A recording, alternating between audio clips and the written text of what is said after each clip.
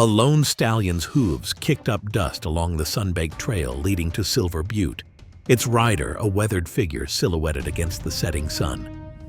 Samuel Briggs sat tall in his saddle, his keen eyes scanning the horizon with the practiced vigilance of a man who'd seen too much war to ever truly let his guard down. The small western town of Silver Butte lay quiet in the distance, its wooden buildings casting long shadows across the main street. Samuel wasn't a man who sought attention. His reputation spoke quietly but firmly for itself. A war veteran turned cattleman, he'd carved out a peaceful existence on the outskirts of town, letting his actions speak louder than his scarce words. But peace, as Samuel well knew, was often a fleeting thing in these parts. Word had spread like wildfire about the Black Hollow gang, led by the notorious Colt McGraw. They'd been moving through the territory like a plague, forcing honest ranchers off their land with threats, violence, and terror. Just yesterday, Samuel had watched from his porch as Tom Henderson, his neighbor of 5 years, loaded his family into a wagon and fled their homestead. The fresh bruises on Tom's face and the tears in his wife's eyes told a story that needed no words. The Black Hollow gang had paid them a visit, and like many before them, the Hendersons had chosen survival over their dreams. Sheriff Mills had ridden out to Samuel's ranch that very morning, his age-worn face creased with worry. "They're coming for you next, Samuel," he'd warned, nervously adjusting his badge. "You're the last independent rancher in these parts. Take my advice. Sell while you can and move on. No shame in living to fight another day." Samuel had simply continued mending his fence, his calloused hands never pausing in their work. When he finally spoke, his voice carried the weight of steel wrapped in velvet. "This land," he said quietly, "isn't for sale. Not to outlaws, not to anyone." The sheriff had sighed, knowing that look in Samuel's eyes. It was the same look he'd worn in the war, when he'd held a position against impossible odds, saving his entire unit. "Your funeral," Mills muttered, turning his horse around.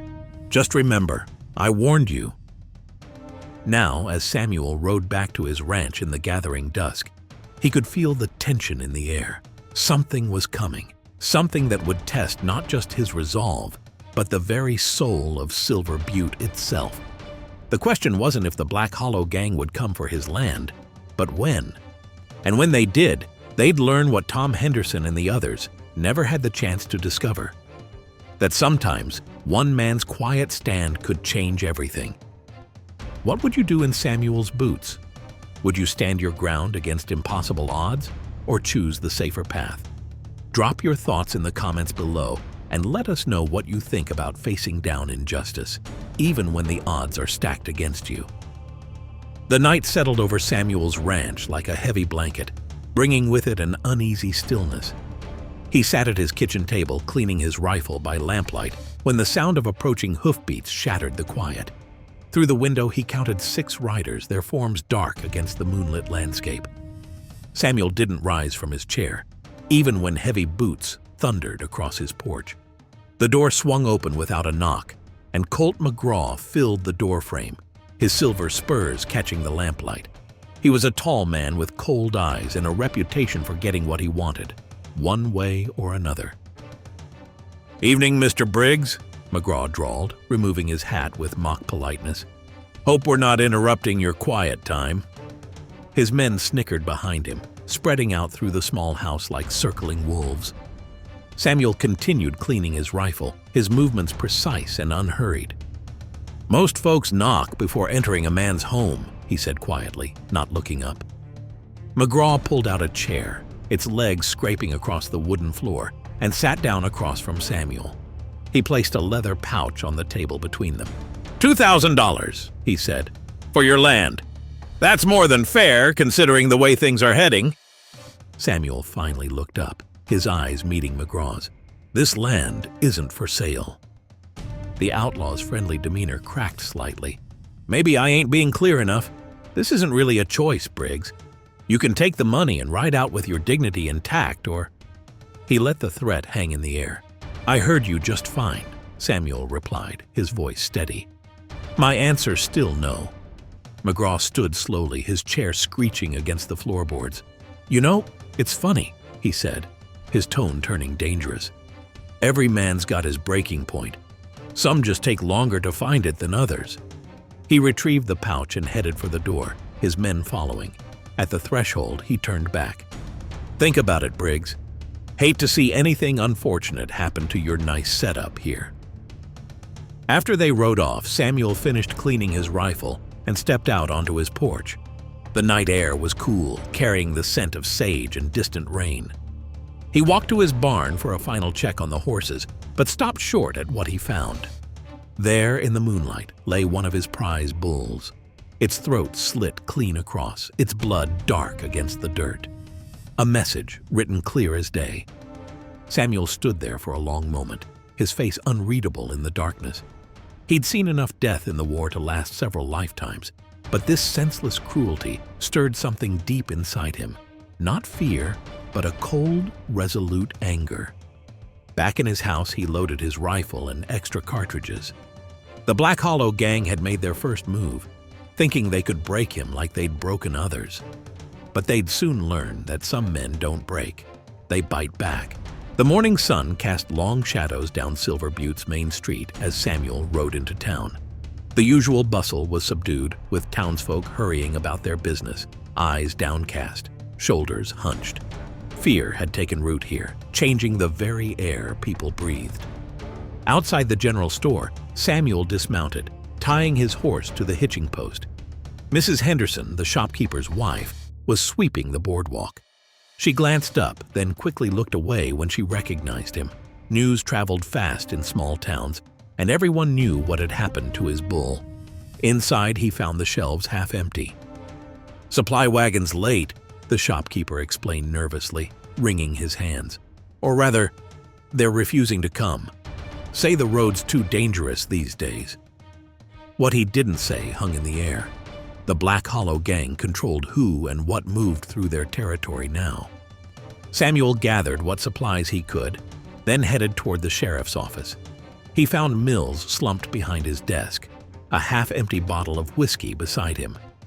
"Come to tell me you're leaving too?" the sheriff asked without looking up. "No," Samuel replied simply. "Come to ask why you're letting them win." Mills laughed bitterly. "Letting them out? Look around, Briggs. They've already won.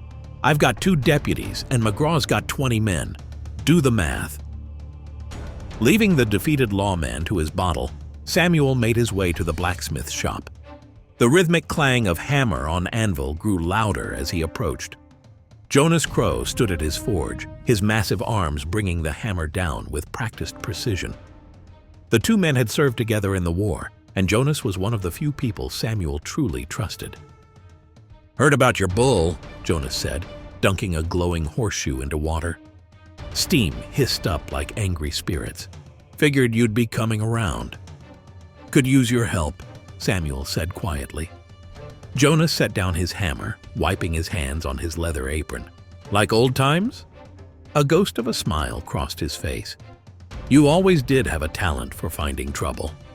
Their conversation was interrupted by the saloon's doors bursting open across the street. A man stumbled out, pushed by 2 of McGraw's gang.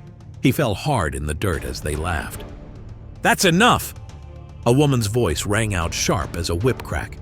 Evelyn Parker stood in the saloon doorway, a double-barrel shotgun in her hands. The widow who ran the saloon was known for her quick wit and quicker trigger finger. The outlaws' hands twitched toward their guns, but Evelyn's aim never wavered. "This is still my establishment," she declared, "and I decide who stays and who leaves." After a tense moment, the men backed down, helping their victim up with exaggerated politeness before slinking away. Evelyn's eyes met Samuel's across the street, and something unspoken passed between them. She gave him a slight nod before returning inside. Jonas watched the exchange with interest. "Looks like we're not the only ones tired of McGraw's rule," he observed. "Question is, what are we going to do about it?" Samuel's reply was as direct as ever. "We're going to take back our town." The moon hung like a silver dollar in the night sky when the first shot shattered Samuel's window. Glass sprayed across his bedroom floor as he rolled out of bed, grabbing his rifle in one fluid motion. Years of combat had taught him to wake fast and think faster. More shots followed, punctuated by wild whoops and hollers. The Black Hollow gang had come calling, just as he'd expected. Through the broken window, he caught glimpses of riders circling his property, their shadows dancing in the darkness like restless spirits. A sudden orange glow caught his attention. They'd set fire to his barn, the flames already licking up the wooden walls. Inside, his horses whinnied in panic. Samuel's jaw tightened. He wouldn't let them burn. The back door burst open as Jonas emerged from the shadows, shotgun in hand. He'd been staying at the ranch since their meeting in town, knowing this night would come. "I count 8 of them," he reported, crouching beside Samuel. "9, Samuel corrected, his keen eyes picking out a figure skulking behind his corral. "They're testing us, seeing how we'll react." A bullet splintered the doorframe above their heads. Jonas returned fire, his shotgun blast sending 2 riders scrambling for cover. "Well," he grunted, reloading, "they're about to learn we react just fine." Samuel moved like a shadow through his own house, taking position at different windows, making the gang think they faced more than just 2 men. His shots were precise, calculated, not to kill, but to warn. Each bullet kicked up dirt near a rider's feet or whistled past an ear, letting them know he could have ended them if he'd wanted to. The barnfire cast everything in hellish light, making targets of the attackers while Samuel and Jonas remained hidden in the darkness. Frustration began to show in the gang's movements as their easy raid turned into a costly standoff. Finally, a voice called out from the darkness. "This is just a taste, Briggs. Next time we won't be so gentle." The riders pulled back, leaving only the crackling flames and the acrid smell of gun smoke. Samuel and Jonas rushed to the barn, managing to save the horses and contain the fire before it consumed the entire structure. As they surveyed the damage in the gray light of dawn, Samuel found a note nailed to his front door, the paper still swaying in the morning breeze. "Last chance to sell," it read. "Next time, we won't miss." Later that day, Samuel rode out to nearby ranches, trying to rally support. But the night's violence had only strengthened their neighbors' resolve to stay out of it. They'd seen what happened to those who resisted, and fear had dug its roots too deep. At the saloon, Evelyn listened to their account while polishing glasses. "McGraw's men were in here earlier," she reported, "drinking and bragging about what they'd done. But they're nervous, Samuel. You two gave them more trouble than they expected." Samuel nodded slowly. The gang had meant to break him with this attack, but instead they'd revealed something crucial. They could be hurt, could be made to bleed, and that meant they could be beaten. Silver Butte was changing, and not for the better. Samuel stood outside the general store, watching as 2 of McGraw's men collected protection money from the trembling shopkeeper. Across the street, the same scene played out at the bank, the feed store, even the small church. The town that had once bustled with honest commerce now operated under the shadow of fear. Shopkeepers added extra to their prices to cover the gang's demands, and those who couldn't pay found their businesses mysteriously damaged in the night. Sheriff Mills sat in his office, staring out the window but seeing nothing. His badge, once a symbol of law and order, had become a hollow reminder of his impotence against McGraw's growing power. When Samuel entered, the lawman didn't even look up. "Another shop got hit last night," Mills said, his voice heavy with defeat. "Jacobson's feed store.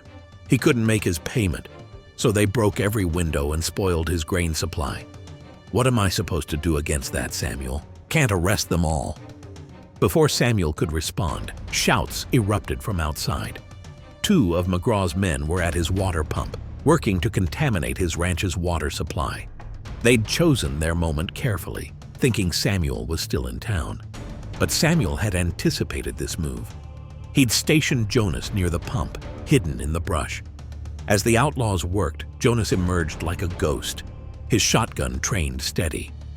"Drop those sacks," he commanded, his voice carrying across the quiet afternoon. The men froze, poison still in their hands. They weren't used to resistance and had grown cocky in their perceived invulnerability. "You can't watch this pump forever," one sneered, though his hands trembled slightly. "Don't need to," Samuel replied, stepping out from behind them, his rifle aimed at their backs. "Just long enough to teach you a lesson." What followed was swift and decisive. Samuel and Jonas disarmed the men, then made them drink from the water they'd tried to poison. "Tell McGraw," Samuel said as they stumbled away, "that next time we catch anyone near our water, they won't walk away." The incident spread through town like wildfire. Some whispered that Samuel was foolish to provoke the gang further, but others stood straighter, seeing the first cracks in McGraw's armor of terror. That evening, as Samuel and Jonas sat on the porch cleaning their weapons, Evelyn arrived with news. "McGraw's furious," she reported, settling into a chair. "He's never had anyone stand up to him like this. Word is he's calling in reinforcements from other territories." Samuel nodded, having expected as much. "Good," he said quietly. "Let him show his hand." "Good?" Jonas looked up from his shotgun. "How is that good?" "Because," Samuel explained, his eyes fixed on the darkening horizon, "the more men he brings in, the more desperate he looks, and desperate men make mistakes." The sun set behind the mountains, painting the sky in shades of blood red. In town, people locked their doors against the coming night, but something had changed. A spark of resistance had been lit, and even McGraw's reinforcements might not be enough to extinguish it. The morning brought with it a thick fog that blanketed Samuel's ranch, turning familiar shapes into ghostly silhouettes. It was perfect weather for what they had planned. Samuel, Jonas, and a handful of brave ranchers who'd finally decided to take a stand had spent days preparing this trap. "They'll come at dawn," Samuel had told them, his voice steady as he laid out the plan. McGraw's men always attack at dawn. He knew their patterns now, had studied them like he once studied enemy movements in the war. Hidden in strategic positions around the property, the small group of defenders waited. Evelyn had done her part, ensuring McGraw's men heard rumors of Samuel being away, checking on distant cattle. The bait was set. The sound came first, hoofbeats muffled by the fog growing louder as McGraw's men approached with their usual arrogance. They'd grown used to easy victories, to people who ran or surrendered. That would be their undoing. Through the mist, Samuel counted 12 riders. They moved with confidence toward the main house, probably expecting to find it empty or barely defended. The lead rider raised his hand, signaling the others to spread out. That's when Samuel gave the signal. The crack of rifles shattered the morning silence as shots rang out from multiple directions. The defenders had positioned themselves carefully, their crossfire creating a deadly web that caught the raiders by surprise. Horses reared in panic, throwing riders to the ground. Those still mounted wheeled their mounts around, firing blindly into the fog. But Samuel's men held their positions, their aim deliberate and precise. "Fall back!" someone shouted, the voice thick with fear. The gang wasn't used to organized resistance, and their formation quickly broke. They retreated in chaos, leaving 2 of their wounded behind. As the fog began to lift, Samuel approached the injured men. They cringed, expecting the worst, but he simply helped them onto their horses. "Tell McGraw," he said quietly, "that next time will be worse." They rode off, and Jonas emerged from his position grinning. "Did you see them run? Like scalded cats." His laughter died when he saw Samuel's expression. "What's wrong? We won." "For now," Samuel replied, studying the horizon. "But McGraw won't take this lying down. He'll want blood for this." He was right. By nightfall, word reached them through Evelyn that McGraw had put a $1,000 bounty on Samuel's head. "Dead or alive," she reported grimly, though he made it clear he prefers death. The small group of defenders gathered in Samuel's house that evening, their victory tempered by the knowledge that they'd entered a new phase of this war. "What now?" one of the ranchers asked, fear creeping back into his voice. Samuel cleaned his rifle as he spoke, his movements steady and sure. "Now we prepare. McGraw will bring everything he has against us. We need to be ready." As his allies nodded grimly, Samuel felt a familiar tension in his gut, the same he'd felt before major battles in the war. McGraw had just learned that his prey could bite back, and his response would be brutal. The real fight was just beginning. They came like a dark tide flowing into Silver Butte, rough men with hard eyes and well-worn gun belts. McGraw's call had been answered, doubling his forces almost overnight. The town watched in growing dread as more outlaws filled the saloons and streets, their very presence a threat. Sheriff Mills took one look at the new arrivals and did what many considered inevitable. He resigned, leaving his badge on his empty desk. "I'm too old for what's coming," he told Samuel as he loaded his wagon. "You should leave too while you still can." But Samuel stood his ground, working with Jonas and their small band of allies to fortify key positions around town. They stockpiled ammunition, established lookout points, and prepared for the storm they all knew was brewing. It was during these preparations that the stranger arrived.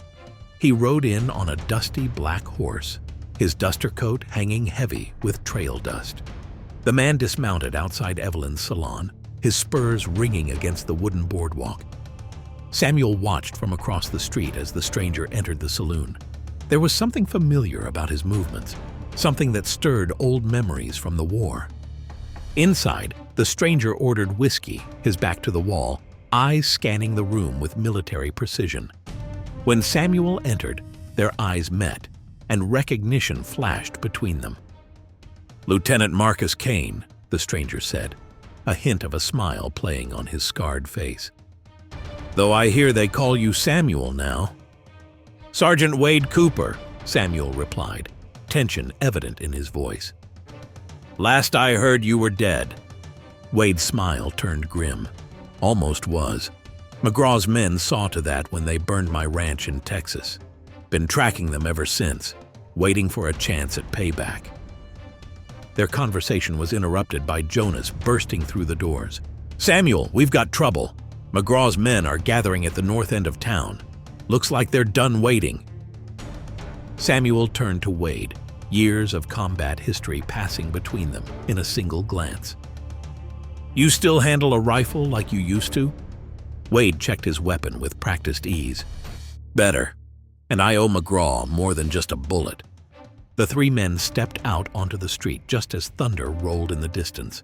Storm clouds gathered above Silver Butte, as if nature itself was preparing for the coming battle. "How many?" Samuel asked Jonas, his voice calm despite the tension in the air. "At least 40, Jonas replied. "Maybe more is coming. They're pushing everyone off the streets, taking positions in the buildings."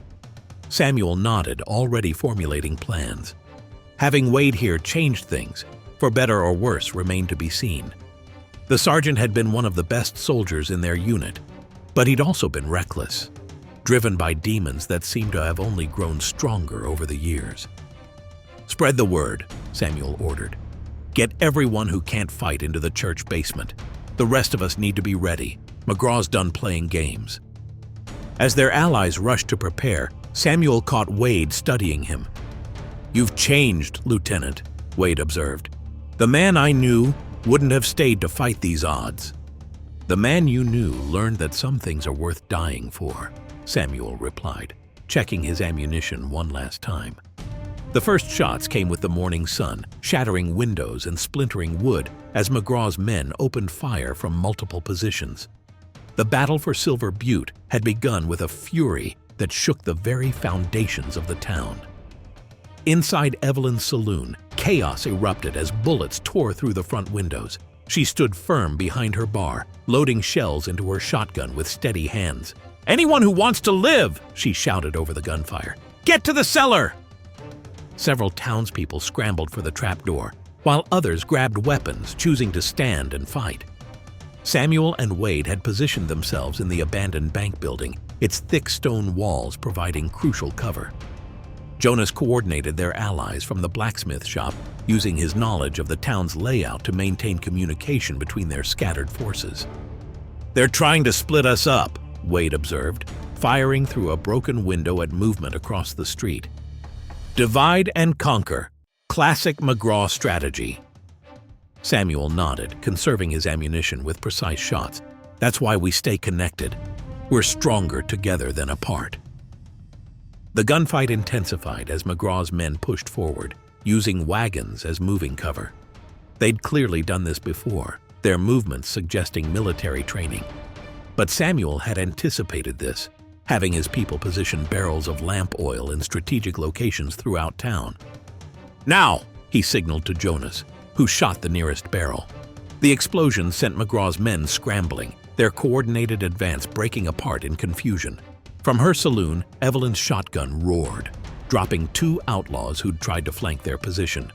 "That's for my windows, you bastards!" she yelled, quickly reloading. The battle raged through the morning, neither side gaining a clear advantage. The town's defenders made up for their smaller numbers with superior positioning and local knowledge, while McGraw's men relied on sheer force and aggression. A young boy suddenly darted across the street, bullets kicking up dust around him. Samuel recognized him as Tommy, the baker's son. Without hesitation, he broke cover, rushing out to grab the boy and pull him to safety behind a water trough. "What are you doing out here?" Samuel demanded, checking the boy for injuries. "Had to warn you," Tommy gasped, trembling but determined. "More of them are coming from the south, at least 20 riders." Wade cursed from his position. "They're boxing us in. We need to fall back, regroup while we still can." But Samuel saw something in the chaos. An opportunity. McGraw's men were getting cocky, aggressive. Their formation had gaps, weaknesses that could be exploited. "No," he said firmly, helping Tommy to safety inside the bank. "We hold here. The moment we retreat is the moment we lose this town." As if to punctuate his words, another explosion rocked the street as Jonas hit a second oil barrel. Through the smoke and confusion, Samuel caught glimpses of townspeople who'd been hiding now emerging with weapons, joining the fight. The tide wasn't turning yet, but something was changing in Silver Butte. Fear was giving way to determination, and McGraw's men were learning that taking a town was much harder than terrorizing it. The betrayal came like a snake's strike, swift, silent, and deadly. Samuel first sensed something was wrong when their carefully planned supply route suddenly became an ambush point. Only someone who knew their exact movements could have set this up. He and Jonas had been checking their backup ammunition cache in an abandoned barn outside town when they heard horses approaching. Too many horses. "Something's not right," Jonas muttered, reaching for his shotgun. "Nobody's supposed to know about this place." Before they could react, bullets tore through the wooden walls. Samuel dove behind a stack of hay bales, returning fire as splinters flew around him. Jonas wasn't as lucky. A bullet caught him in the shoulder, spinning him around. "Jonas!" Samuel shouted, trying to reach his friend while keeping the attackers at bay. But there were too many of them, and they had the barn surrounded. Through the chaos, Samuel heard a familiar voice that made his blood run cold. "Sorry about this, Samuel." It was Pete Anderson, one of their own allies, a rancher who'd stood with them from the beginning. "McGraw made me an offer I couldn't refuse. Said he'd let me keep my land if I helped him get to you." Jonas, despite his wound, managed to take cover behind a support beam. "You yellow-bellied coward," he growled through clenched teeth. "After everything we've done to protect this town." More bullets ripped through the barn as McGraw's men closed in. Samuel counted at least 15 attackers, maybe more. The odds were impossible, but he'd faced worse in the war. He just needed an opening. "It's over, Briggs," Pete called out. "Just give up, and maybe McGraw will let you ride out of here alive." Samuel's response was a well-aimed shot that knocked Pete's hat clean off his head. The distraction was enough for him to make a dash toward Jonas, but as he moved, a bullet caught him in the leg. He stumbled, falling hard on the barn's dirt floor. Jonas, seeing his friend down, did something either incredibly brave or incredibly foolish. He broke cover, firing his shotgun wildly to draw attention away from Samuel. The plan worked, but at a terrible cost. Multiple bullets struck Jonas, dropping him like a stone. "No!" Samuel roared, trying to reach his fallen friend. But McGraw's men were already storming the barn. and Samuel barely managed to roll behind a stack of crates as bullets peppered the ground where he'd been. Through sheer luck and determination, Samuel found a loose board in the barn's wall. With no choice left, he squeezed through the gap and stumbled into the darkness, the sound of pursuit close behind. His leg burned with every step, but he forced himself to keep moving. He could hear McGraw's men dragging Jonas away, his friends' pained groans mixing with their victorious laughter. Samuel wanted nothing more than to turn back, to save his friend, but he knew that would mean death for both of them. Sometimes survival meant making impossible choices. As he limped away into the night, Samuel made a silent vow. He would return for Jonas, and when he did, both McGraw and Pete would learn the true meaning of betrayal. With blood seeping from his leg wound and desperation in his heart, Samuel knew it was time for his final gambit. He'd made his way back to Silver Butte under cover of darkness, finding refuge in Evelyn's cellar while she tended to his injury. "They've got Jonas in the old mining office," Evelyn reported, tightening a bandage around his leg. "McGraw's using him as bait, knowing you'll come for him." Her hands were steady, but fear flickered in her eyes. "Half the town's turned against us after Pete's betrayal. They think you've abandoned them." "Then it's time they learned differently," Samuel replied, checking his ammunition. Despite Evelyn's protests, he forced himself to stand, testing his injured leg. It hurt like hell, but it would have to do. Wade appeared from the shadows, his face grim. "I've scouted their positions. McGraw's got most of his men guarding Jonas, but their supply wagon is barely watched. They've gotten careless, thinking they've won." Samuel nodded, a plan forming in his mind. "Gather everyone we can still trust. Tonight, we show McGraw what happens when he underestimates this town." As midnight approached, Samuel moved through the darkness like a ghost, years of military experience guiding his silent advance. He'd split their remaining allies into two groups, one led by Wade to create a distraction, the other by himself to free Jonas. The plan started with Wade's team setting fire to McGraw's supply wagon, sending the Outlaws into chaos as their ammunition began exploding in the heat. The night lit up with secondary explosions as hidden powder kegs, secretly placed by their allies, turned the town into a battlefield of their choosing. Using the confusion, Samuel slipped into the mining office through a back window. He found Jonas tied to a chair, beaten but alive. "Took you long enough," Jonas mumbled through swollen lips as Samuel cut him free. "Had to wait for the right moment," Samuel replied, helping his friend stand. "Can you walk?" Before Jonas could answer, footsteps approached. They ducked behind a desk as two of McGraw's men burst in, drawn by the commotion outside. Samuel dealt with them swiftly and silently, using his knife rather than his gun to maintain the element of surprise. But as they made their escape, a figure stepped out of the shadows. Pete Anderson, the traitor himself. "Should have known you'd try something like this," he said, raising his gun.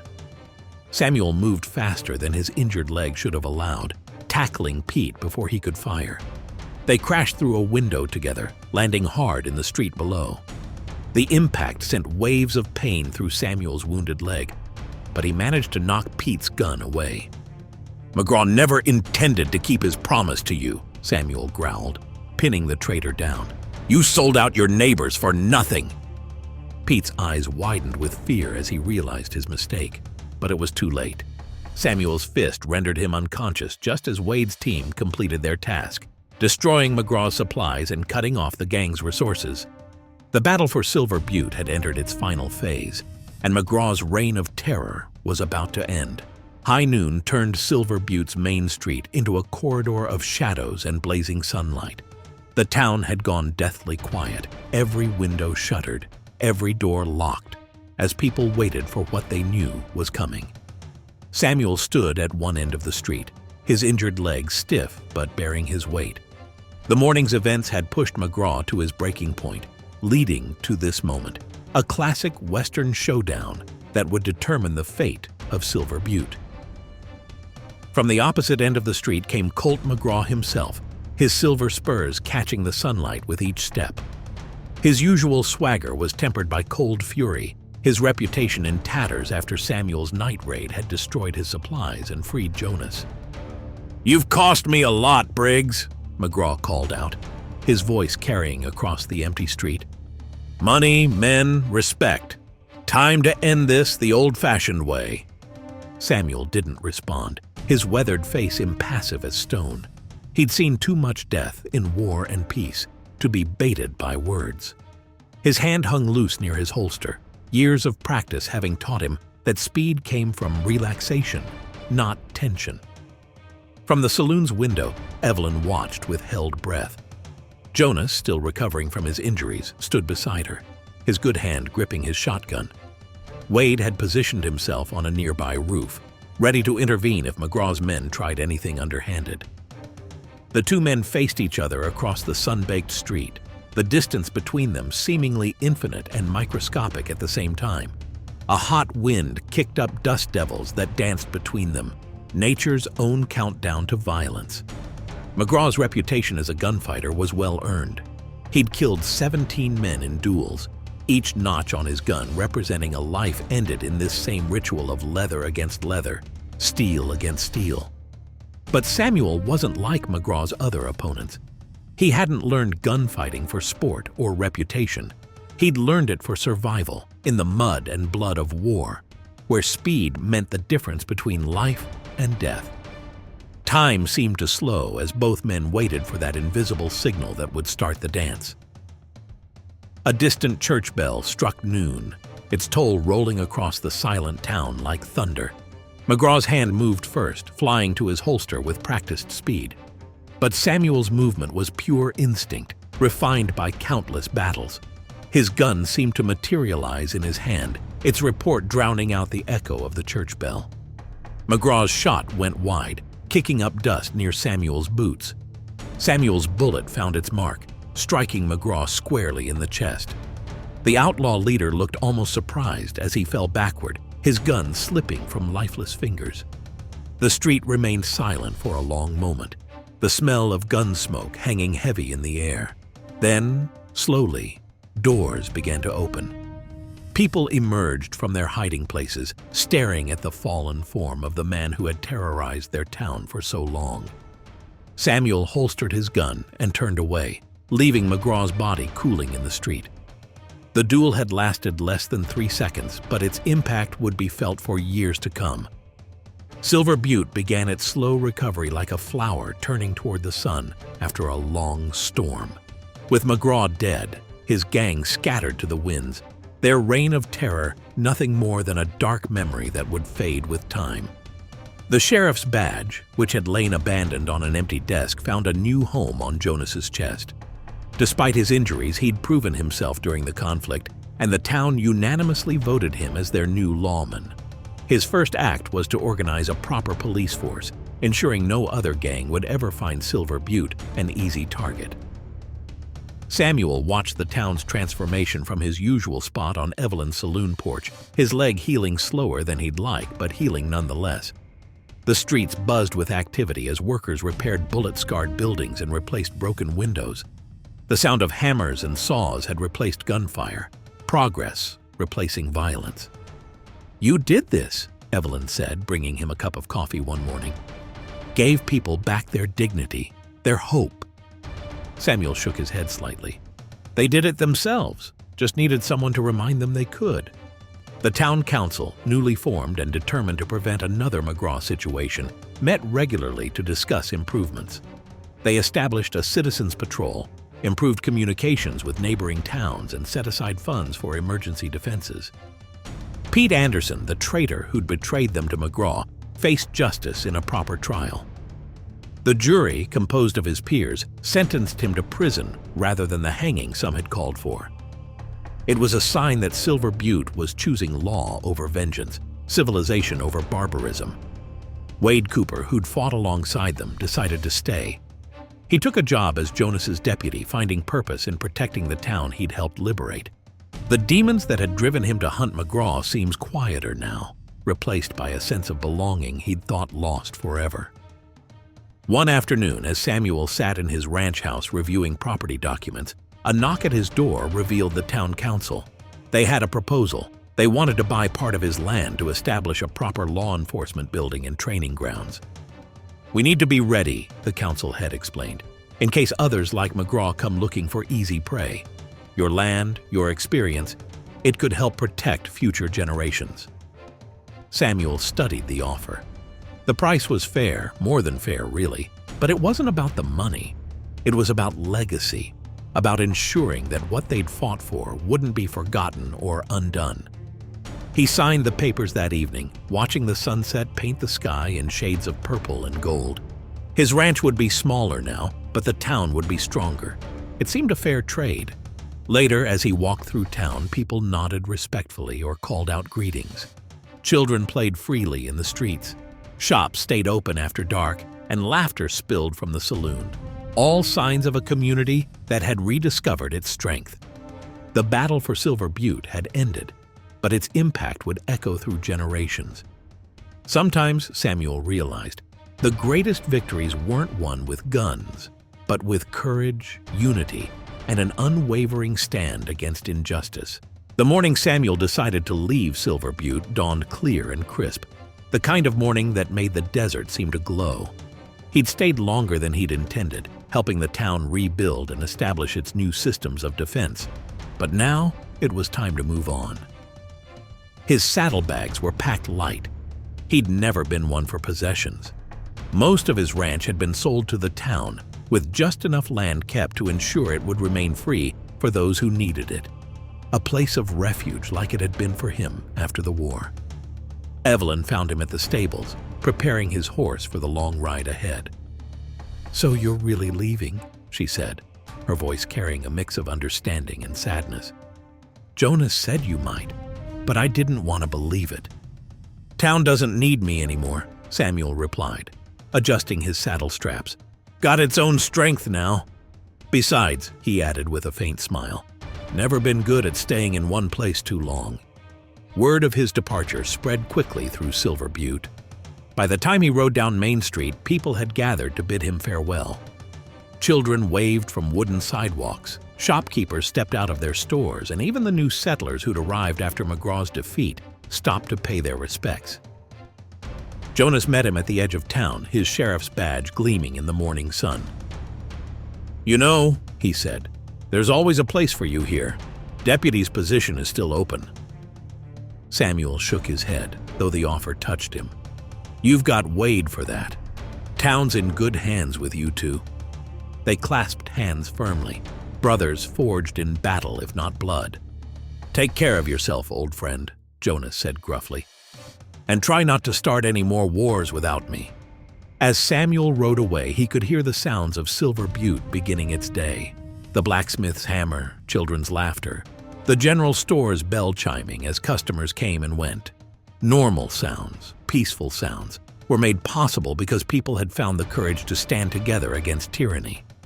The legend of Samuel Briggs, the quiet rancher who'd helped free Silver Butte from the Black Hollow gang, began to spread across the territory. Some said he rode from town to town, helping those in need. Others claimed he'd vanished into the wilderness, emerging only when justice needed a champion. But Samuel wasn't interested in legends. He was just a man who understood that some things were worth fighting for, and that courage, once awakened, could transform a community forever. As he created the last hill overlooking Silver Butte, Samuel paused his horse and looked back. The town gleamed in the morning light, strong and free. He thought of the people he was leaving behind, Jonas, Evelyn, Wade, and all the others who'd stood with him against impossible odds. Then he turned his horse westward, toward the distant mountains and whatever lay beyond. There would be other towns, other battles, other people in need of someone to show them their own strength. The trail ahead was long, but Samuel Briggs rode on, carrying with him the knowledge that one person's quiet stand could change everything. 10 years after Samuel Briggs rode away from Silver Butte, a young rancher named William Hayes sat in his dusty wagon reading an old, yellowed newspaper. The headline caught his eye. "The Man Who Saved Silver Butte. How One Rancher's Stand Changed a Town Forever." The story had brought him here, following the trail of a legend that had spread across the territory.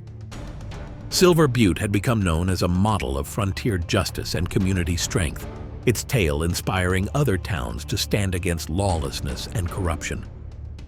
As William drove his wagon down the main street, he could hardly believe this prosperous, peaceful town was the same place described in those old newspaper accounts.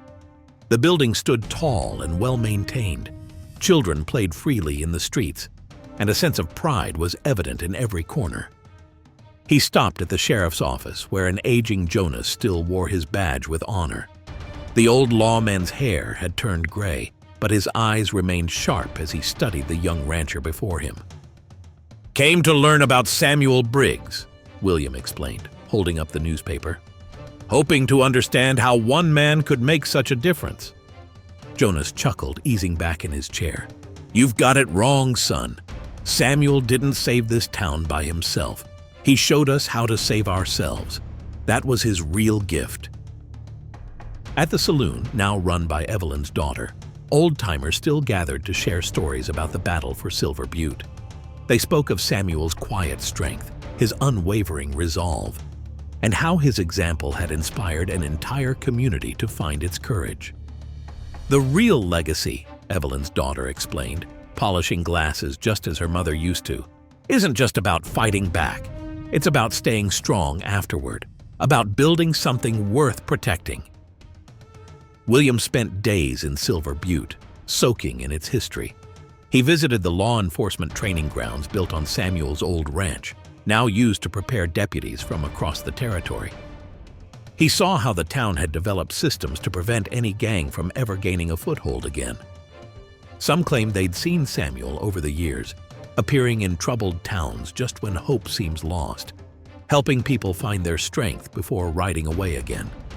Others insisted he'd finally found peace somewhere, settling down far from the conflicts that had shaped his life. But the truth was, it didn't matter where Samuel Briggs had gone. His real legacy lived on in Silver Butte and every other town that had learned from its example. It lived in the way communities stood together against injustice, in the courage of ordinary people choosing to make a stand. As William prepared to leave Silver Butte, Jonas handed him a worn piece of paper. It was a letter from Samuel received years ago. The last lines read, "Courage isn't about being fearless. It's about standing your ground when everything in you wants to run. Remember that, and no evil will ever truly triumph." Did Samuel make the right choice? Choosing to stand and fight rather than sell his land and walk away? Let's talk about it in the comments below. Sometimes the hardest decisions are the ones that change everything.